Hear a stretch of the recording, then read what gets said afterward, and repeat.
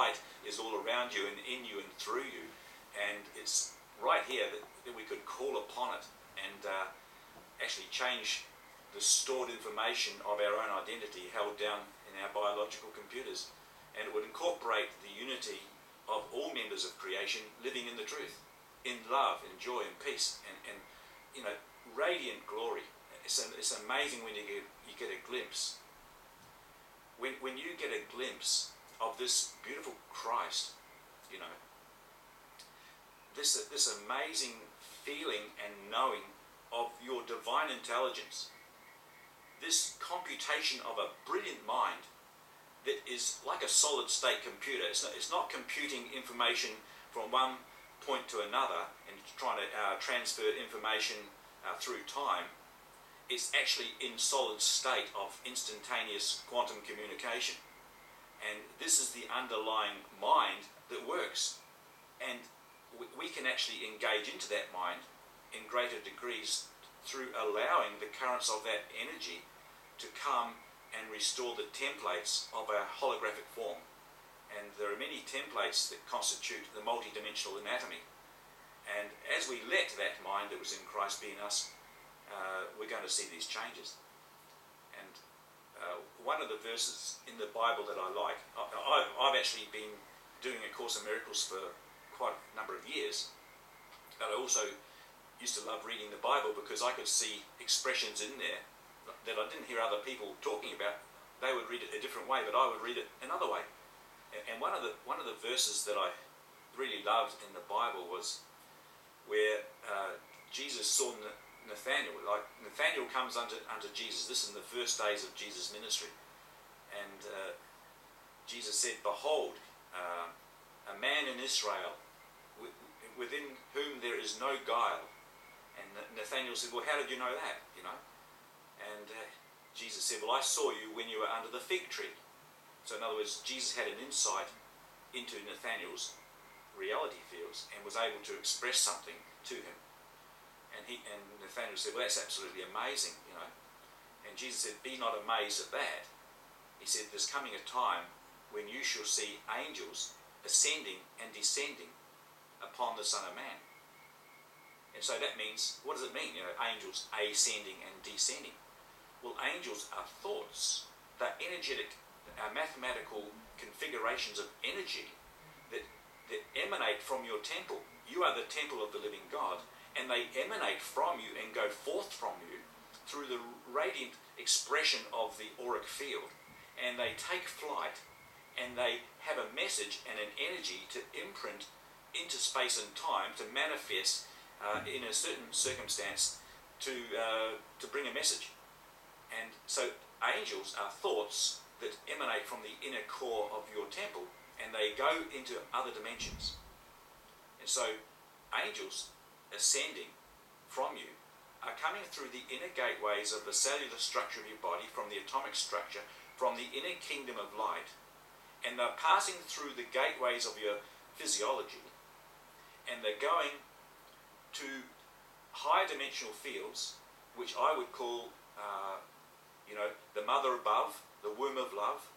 So if the angelic thought or the energy imprint goes to higher dimensions and it activates part of the memory structure of higher dimensional fields, and instantaneously the angel would descend upon you. So you would send a message from within yourself that you want the regeneration of your physical anatomy, and you would birth from yourself this mathematical electrical imprint of an energy signature carrying the information that you want restoration, and it will go into the womb above, the womb of love, and it would descend upon you as a dove. It would come back down as information and recoding to regenerate the atomic structure of your body.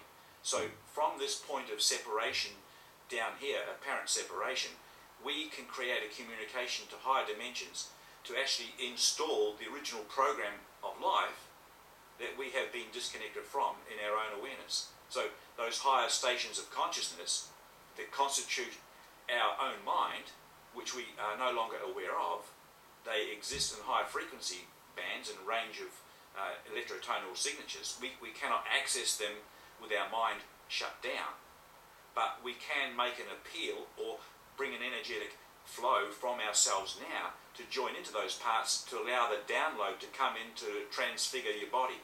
And that's what I like to talk about, because I'm a very strong follower of the fact that the resurrection has occurred.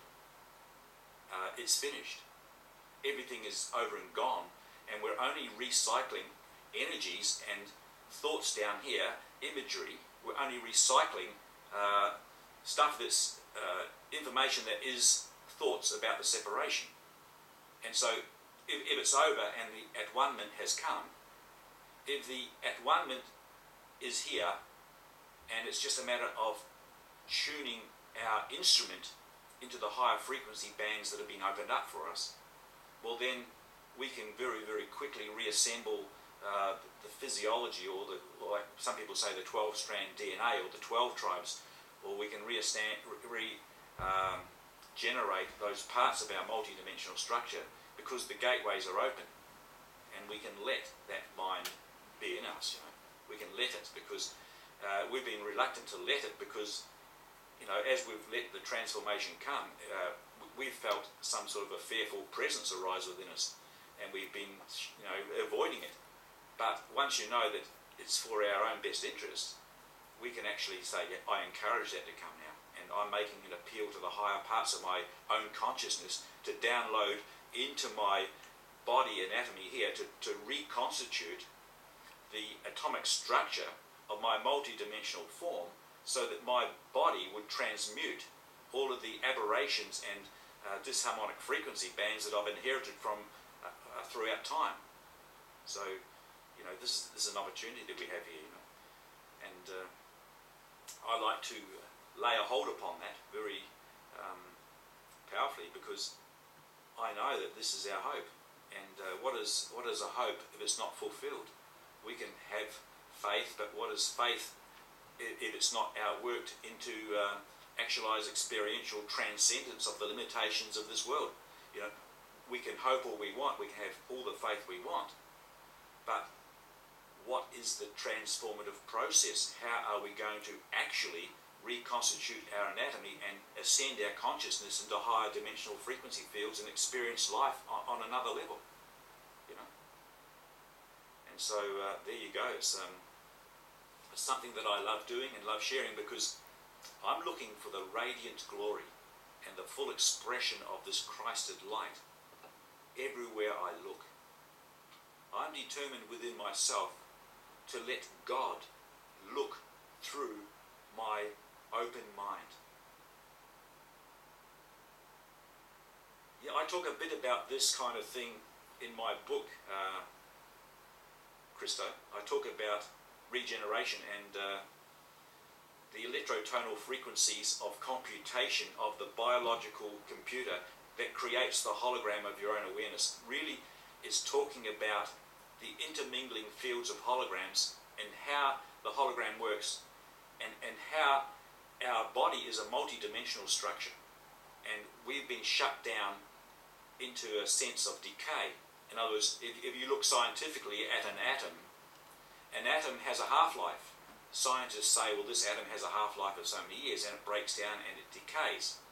But in the original creation, every atom was a perpetual motion generator that kept on recycling life within itself, within the fields of a multi-dimensional structure that supported the atom.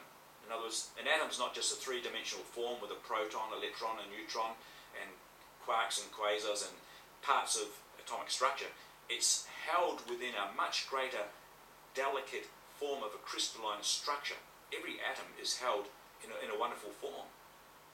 And when parts of the atom are distorted, or the spins or directions of flow are twisted from the original imprint, energies can be taken out of the atomic structure and channeled into another dimensional form, which I'll talk about later on. My book actually talks about how the world is in a state of decay because energy has been channeled out through directional spins and drawn off into other systems. And that's why the atoms are in a state of decay, because they're not complete in themselves. And that's why our bodies fall into a state of decay.